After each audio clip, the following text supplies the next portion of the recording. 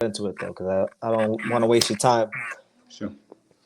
But Brendan Taylor here, True School Sports. I'm with one of the most underrated fighters in boxing, Michael Angeletti. Michael, nice to finally talk to you. Nice to meet you too, man. Yeah, like for months, I had it in my notes to make a video about you, and people have been saying, "When are you going to talk about Michael Angeletti?" And then I finally made my first video about you recently and studied your whole backstory, and I come to find out you're really, really good. Oh yeah. But Finally, thank you for shining some light on me, man. nah, I felt bad because I'm like, I take pride in shining light on, upcoming guys and things like that. And I'm like, man, it took way too damn long. But nonetheless, we're here, Michael. And for people out there that don't really know you yet, that are still familiarizing themselves with you, what were like your boxing beginnings? What was your why as far as picking up the boxing gloves? I know you came from New Orleans, but what was your why? Why did you start boxing? Man, I was always getting into fights, and so I just like fighting. So I joined boxing to become better at like street fighting, and then pretty much after I got started getting in the gym a little bit more, I started just not getting in trouble no more. It was just something about boxing that I was like, I don't need to be getting in fights. Like I want to go forward with this. Like I want to do fights on a regular, and so I was just like, yeah. I stuck with boxing, and it's been like that. Okay, and what's that journey been like for you so far? Because I know like when fighters go from the amateurs to the pros, they realize what the realities of professional boxing are like, and they kind of fall out of love with the sport. So how has the journey been for you thus far? It's been up and down, man. To be honest, Yeah, like I just fought about a month ago, and before that, I had a year layoff. Not because of me, but because the other fighters not wanting to fight me. Because if you box and you know the game and you're not just some casual fan, then you know I'm nice. yeah, So a lot of these boxers know I'm nice too, and word get around that I'm nice. And so a lot of the times, these guys, they want to keep their undefeated record, and they don't want to put it on the line. Where I don't care about that at all because I know I'm good enough to beat anybody. So I put my own on the line because I just know I'm like that. And so the journey's been up and down. I didn't want to have a year layoff like I just did, but yeah. I stayed in the gym and a lot of guys was ducking throughout this whole year. And we finally got the opportunity to fight for the eliminator. And of course I'm taking that because let's say, most people don't want to fight a top ranked southpaw after a year off. They want to get like a tune up or something like that. Me, Correct. I know I'm like that. And so I'm going, and I know this is my opportunity. If I don't take this opportunity, then no telling when I'm gonna fight because people don't want to fight me. Correct. And so now with him being forced to fight me, the IBF forced him to fight me. I took care of business and now we in a mandatory position now. Yeah, you're talking about, of course, the IBF Bantamweight champion Jose Salas Reyes, the Mexican fighter. Right. When is that fight? Is there a date for that fight yet? Is that Not yet, but our teams are in talks, but okay? not yet, no date yet. Okay, yeah, We because got two that possibles, but it'll happen before the year. It should happen before the year. okay, yeah, that'd be an intriguing one because obviously, in the lighter weight categories, there's not a lot of American fighters, let alone like Black American fighters. So Right. it'll be great to see some America get some shine in the low weight categories. Right. Yeah, Yeah, I think, yeah. I definitely, a lot of people know I'm like that. I guess the shine just wasn't, everybody got they path. journey and they path. And this just so happened to be mine. I ain't get pushed too much. Like a lot of these fighters, they trash and they get pushed a lot by their promotion. That's just being real. Yeah, And I didn't get that opportunity. So saying that just keeps me hungrier and that keeps me hungry. That keeps me sharp. I make sure I stay in the gym because I know that time my name will be called at any time, man. It was just called after a correct. whole year and I handle my business. Correct. Well, I think the reason why maybe you might not get that shine as fast as other people is because you're not like from my impression of you from researching you and talking to you now this little bit. You're like a very reserved, calm guy. You're a chill guy. Right. You're not talking crazy on social media all the time. So sometimes it takes longer for the guys that are just kind of chill and really good to get their shot. 100%. Me and my people was talking, you know what? It's time to be the bad guy. It's time to be the bad guy because if you bad guy, some people gonna like it and then some people gonna hate it. But Yeah. they still gonna see your name. Yeah. They might like it, they might not. It doesn't matter. So Yeah. we might Sometimes have to take that ride. I might have to start talking reckless to these guys. Yeah, start talking crazy because I know your story, man. I know you're like a family man. You know, you love your kids and all that stuff. You know, Right. you keep things very simple. But these promoters, a lot of promoters are lazy. They don't want to promote just the nice, honest guys. They want They want villains. drama. They want people that bring drama and things like that. So Right, yeah, right. I know So how it goes. yeah, yeah. So that's my position right now. But be in a position to keep doing what I'm doing it the way I'm doing. You know, we was blessed enough to get that eliminator, and we won. And now, once I get this world title, and then it's up from there. It's time to unify. I would like to unify All that. immediately. It's funny you mentioned that because one of the things I tweeted recently was that I would like to see if you do what you set out to do and become champion. I would like to see you fight Bam. I think you and Bam would be an awesome fight. 100%. Yeah, I need that. I want that. I want Yeah, Bam next. Or if I can't get him, then I would like to fight Inoue, Tacoma, Inoue. Takuma he's fighting tension. So if he comes to Yeah, that I know he fight, gets the rematch with him. So, but yeah, that'd be or either one of those guys. Tension can get it too. Like it doesn't matter. yeah. But So unify is the goal. you mentioned being one of them guys that like you really know you really like that. You're one of those top upper echelon fighters, right? Bam is looked at to be that. Um, how do you think stylistically that fight plays out? How do you match with a guy like Bam Rodriguez? I mean, Bam, he's only been fighting stationary heavy bags. Hmm. I got feet. I got range. I'm strong, physically strong. Like I got all the tools to beat him. So I mean, he never seen nobody like me in an actual fight. He probably spar guys like me, but in the real life, real fight under them lights, With you 8 know, ounces on. yeah, it's different. So, nah, don't get me wrong, Bam, nice, but he can't fuck with me at all. None of these guys.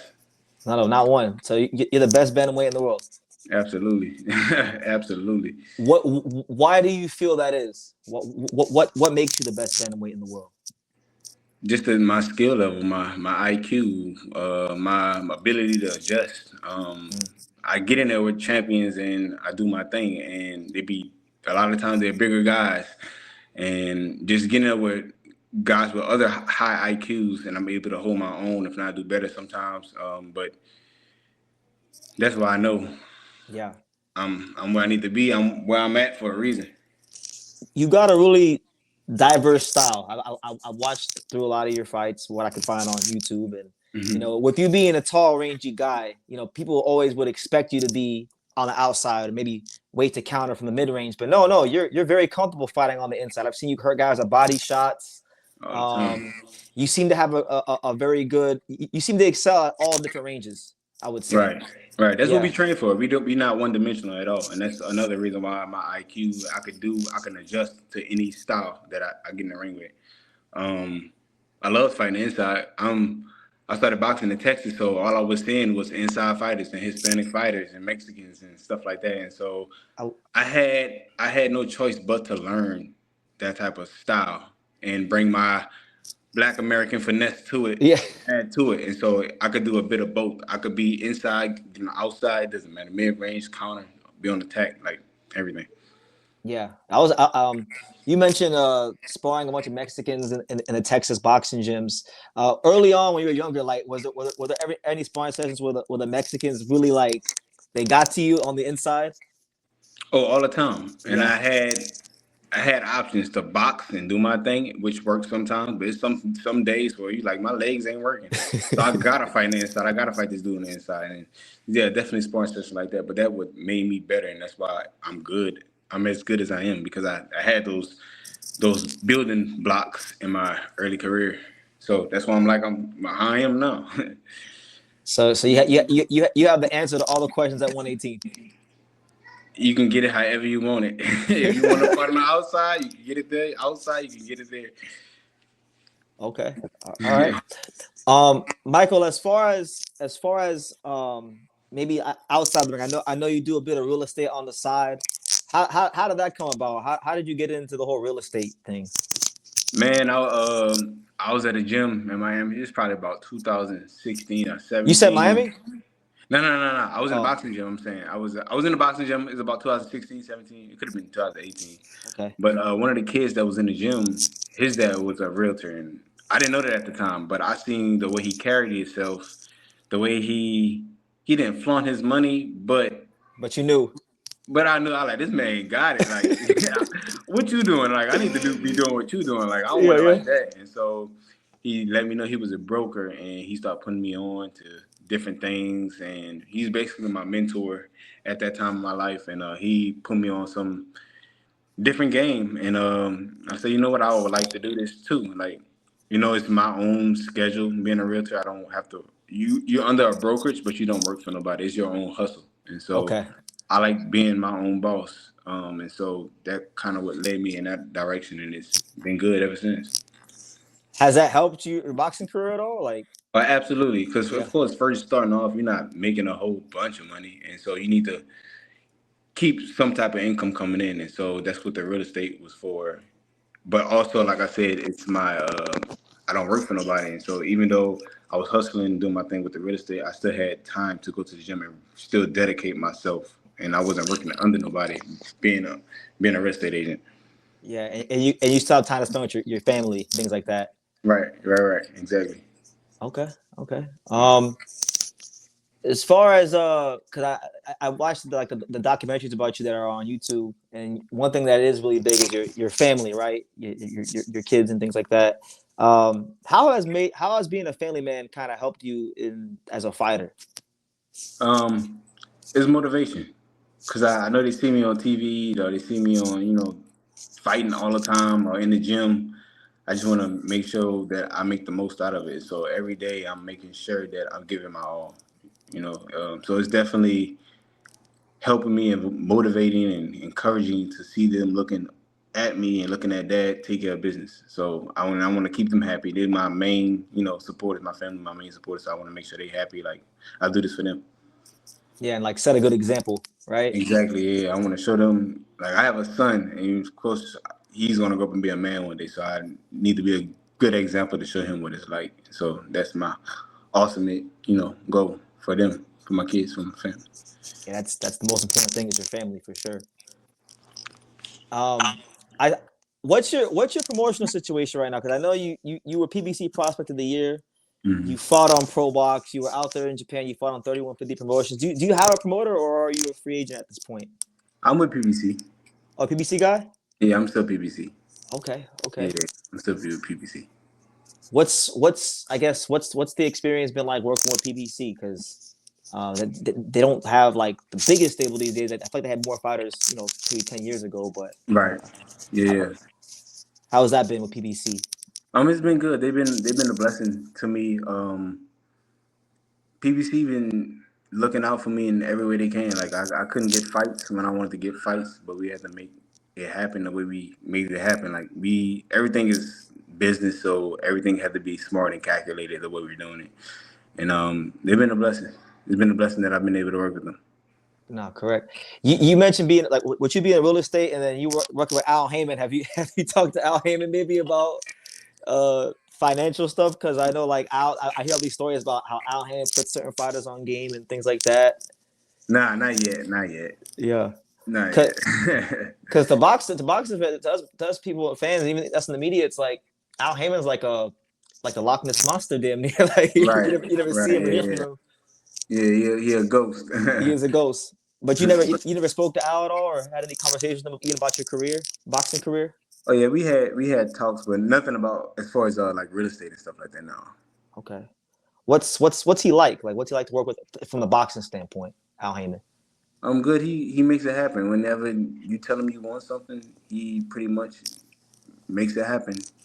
Like if you say no, but you steadfast on a decision being yes, and he's like, okay, I got you. Boom, make it happen. Like I had fights where he's like, you want to take this fight? Let's wait a little bit longer. I'm like, nah, I got him. And he's like, bet. Mm, Fight went through. I showed him I got him, and then they just kind of build the relationship. okay, so sometimes he'll come up to you with like tough fights that maybe some guys wouldn't take and you'll take them. It was early in my career, earlier Okay, when I okay. yeah.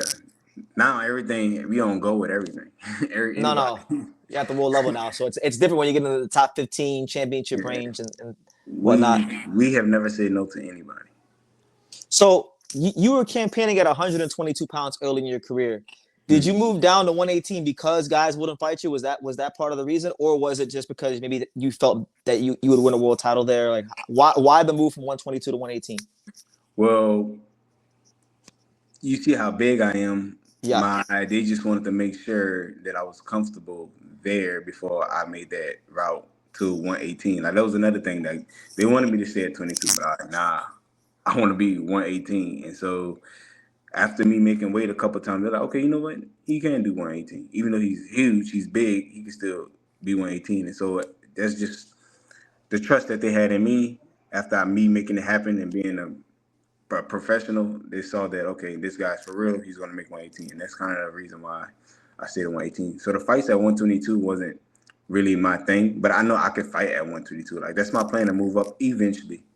After I unify and stuff like get these big fights at 118, I plan to move up because I want to be a two-time. I want to be a champion at 18 and 22. Okay. You mentioned the fact that guys have been avoiding you. Are you allowed to say names, or you don't want to say names? Nah, I'm not gonna put their names on that. Okay. All right. This last guy tried to avoid me. I mean, Who? Kenneth Llover? yeah. Yeah. I was supposed to fight him last year in October. Yeah. Well, he was one of those Filipino guys. They was really pushing. They were really pushing Kenneth Llover. Yeah, I know, and he's young, and so I guess him being ranked, the IBF had to force him. He was supposed to fight me in October 2025, but of course, he said I was too risky. His people said out there, I'm too risky. Angeletti too risky.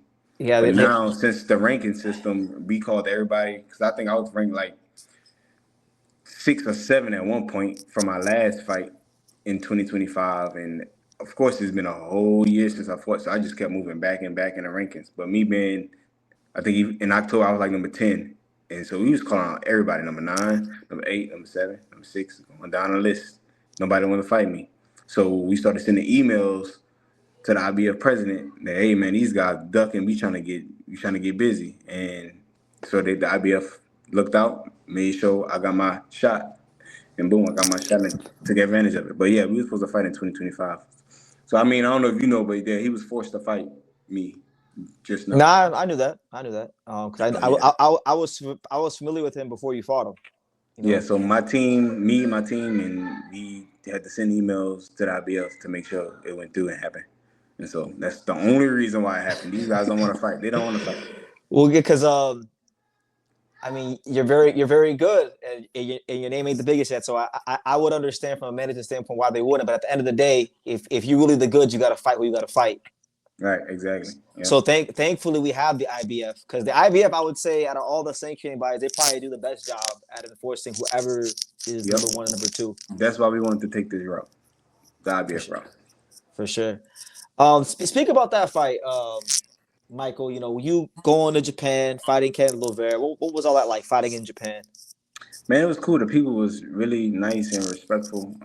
Like the people in the hotel, like everybody was pretty cool for the most part. Even his fans, the people that came to support him, they was coming to take pictures with me too. Like, so everybody was cool. The food was real good and clean. It was a difference than eating the food here in America. No, I know. I've been to Japan like 3 times. So I know. Yeah, so the food was different. It was clean. But everything was smooth. Where we was located like right by some port that they have out there, like right by some water. But everything was cool. Yeah. Okay. So you mentioned fighting Takuma earlier, or any of those guys. Would you go back to Japan for those fights? Oh, for sure. Yeah, they treated me well. I'd definitely go back. Yeah, because those, I mean, that would obviously be huge, especially if you get the winner of that fight. That's going to be the fight that it's going to make you bigger out there, and even here, people will know your name more if you fight the winner of that fight. For sure, yeah. I definitely gained some fans too just now while being in Japan. Like at first going into the fight, like my walkout, no, it was quiet and it was very quiet. It's different. But after the fight, I couldn't even. It took me like 30 minutes to get back to my locker room because people was coming up and they was showing love. They liked who I was. They like I finished the fight strong, and they was loving it. So yeah, definitely gained some Japanese and Filipino fans while over there just now. Is there any experience you had with a Japanese or Filipino fan that really stood out? Maybe something they said to you, or maybe even anything they might have asked you to sign? Because I know they're really big with the autographs too over there. Yeah, I mean, one thing that stood out, I mean, it was a couple Filipino fans that was talking crazy and reckless before the fight, like on social medias and stuff like that. Another big thing is, I guess, him having a decent name out in the Philippines. They was kind of with the drama. Like I saw an article my mom sent to me. She was like, "You have a problem with the gloves?" I was like, "What you talking about?" She like, "I just seen an article say that you didn't approve his gloves or something about his gloves." I was like, "I don't know what you talking about." And Yeah, so yeah. she ended up sending it to me, and they said that I had a problem. Some Filipino network or news said that I had some problem with his gloves. He can't fight in his red ass gloves. I like, I never said that. So the drama, there was something that was pretty funny. Yeah, the Filipino fans are crazy. I know to this day, even like I'll go on Facebook sometimes every now and then, and I'll see them complaining about Mayweather Pacquiao still and calling Floyd a chicken runner and all this stuff. Yeah, Like, they told me I was gonna run too. yeah, I don't run from nobody. I stand right there because I don't have to. I move when I need to. But I mean, at the end of the fight, Kenneth, he was the one backing up and running. But yeah, I don't run from nobody. because That's another. you had that experience from the Texas gym sparring all the Mexican fighters, so you're probably callous to it all. You're numb to all that Yeah, now.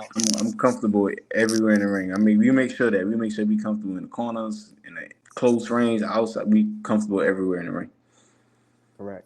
I Yeah, really want to. I really want to see the Bam fight. I mean, you got to take care of Reyes, obviously, so you can't overlook him. He's gonna come with everything to beat you. But you know, of course. if you do what I believe you're capable of doing, and I know you're capable of doing, then I think Bam and you would be an awesome fight, But skill wise. that's a big Texas fight for sure. It's a huge tech. I mean, yeah, and I didn't even think about that. I Yeah, completely Houston forgot that versus it's San Antonio. Yeah, yeah. So that all the better. big money fight for the both of us. Big money fight for both you guys. Big fight for Texas. Two American fighters in a unification fight in the bantamweight. That I can't even remember the last time that happened. Right. So that'd be special. That'd be real big. So Yeah, I'm with it. Hopefully he'll be with it. yeah. I mean, I know. They're doing a lot of talking about him in Inoue, which obviously is a huge fight. But Mm. I feel like Bam should fight a guy like you. You know, Eventually, I you hope I know. get him before he fight anyway. If that's what he planning to do, I hope I get him before that. Yeah. So hope I don't all you got. want I don't want him to get hurt by anyway, and then me get excuses like, nah, I can't fight Angeletti right now. Yeah. Some or he get too beat up or something like. Yeah, so I hope I get him before anyway. Yeah. I remember. I want to say it was like maybe a week ago. I was like, I tweeted out. I said, you know what? If Angeletti gets the IBF belt, it'd be great to see Bam fight a guy like Michael Angeletti because he never fought that kind of style. And I got hit with so many tweets. They were like, Michael Angeletti is not like that. He's not some sort of underrated gem. And I'm like, I don't know. He looks pretty good. That's what they say because that's what I'm.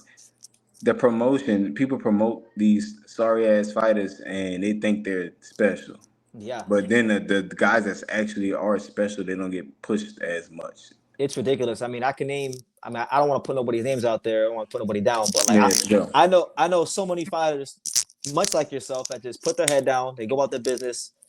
Probably the best fighters in the world. Some of the best fighters in the whole world. Right. You just don't get the recognition for it. That's all. They gotta do like quadruple as much because they don't act crazy or do all these Yeah, gimmicks. we don't You know? already got the marketing or promotion that's Yeah, really pushing it yeah. too But much. then once they get the opportunity, like look at a guy like Terence Crawford. You know, he didn't do a whole lot Right. of talking for a lot of his career, but when he got his chance, it was belt to Yeah. ass on every last person. Exactly.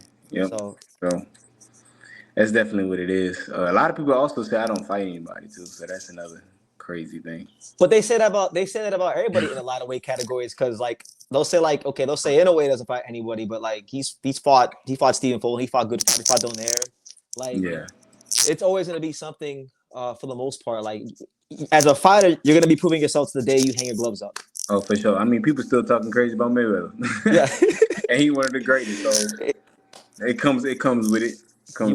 He went undefeated, but all you can do is just have fun while you're here and get what you can out of the sport.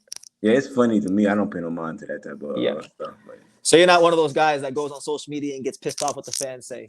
about to get Because less. I know some fighters. A fan will say one bad thing to them, and they want to crash out. They want to go at people. Nah, I don't get into all that. I look at it though. I see it sometime, and it's funny. It's Does funny it that. does it ever give you any motivation, or are you just so unbothered? Like it doesn't even matter. Like you have enough motivation with what you want out of life. Yeah, I'm unbothered by it. That's good. It's a good place. I do not care because at the end of the day, those guys can't save these guys when they in the ring with me at all. So I can care less. I know I'm gonna handle my business every time, like I've been Yeah, doing. I mean, I make these fight. I guess because I make it look so easy. That's why. that's like Like, Roy Jones said that. What he say in the song? He said they got the nerve to say I ain't fighting nobody. I just make them look like nobody. yeah, that's all it is, man. We took care of business with Kenneth Llover. Then the guy before that, he was 15-1. We beat him easily. Guy before that, never been knocked out before. He was 14-3. He was Filipino too. Yeah, Knocked him out with the body shot. Before that, the guy was 16-1. So I'm only fighting yeah. top guys, or at The least fifteen guys and that one want guy to. was Eros Correa. I think it was Yeah, Eros Correa. He was pretty good. yeah, and be easy. 9 rounds to 1 by all 3 judges. So it's funny to me. I know that's why I'm ranked where I'm ranked at because I Yeah, handle my business. correct. But Michael, I don't want to hold you too much longer, man. Just wanted to come get you on the channel and definitely spread the news, because people have been at my neck for months. When I go live, they're like, "Yo, Michael Angeletti, Michael Angeletti, Michael Angeletti." I'm like, "Okay, I'll get to it," and I got to it. So I'm happy I got you on here, and I definitely want to, looking forward to your world title fight against Reyes. But do you have any final message to the boxing world before I wrap the interview up? Coming, just know that. I'm glad my name's finally getting the recognition that it needs to get. It ain't where it's supposed to be, but it's getting there. I just gotta Yeah. keep my business. That's all. But thank you for using me on your platform. And God is good, bro.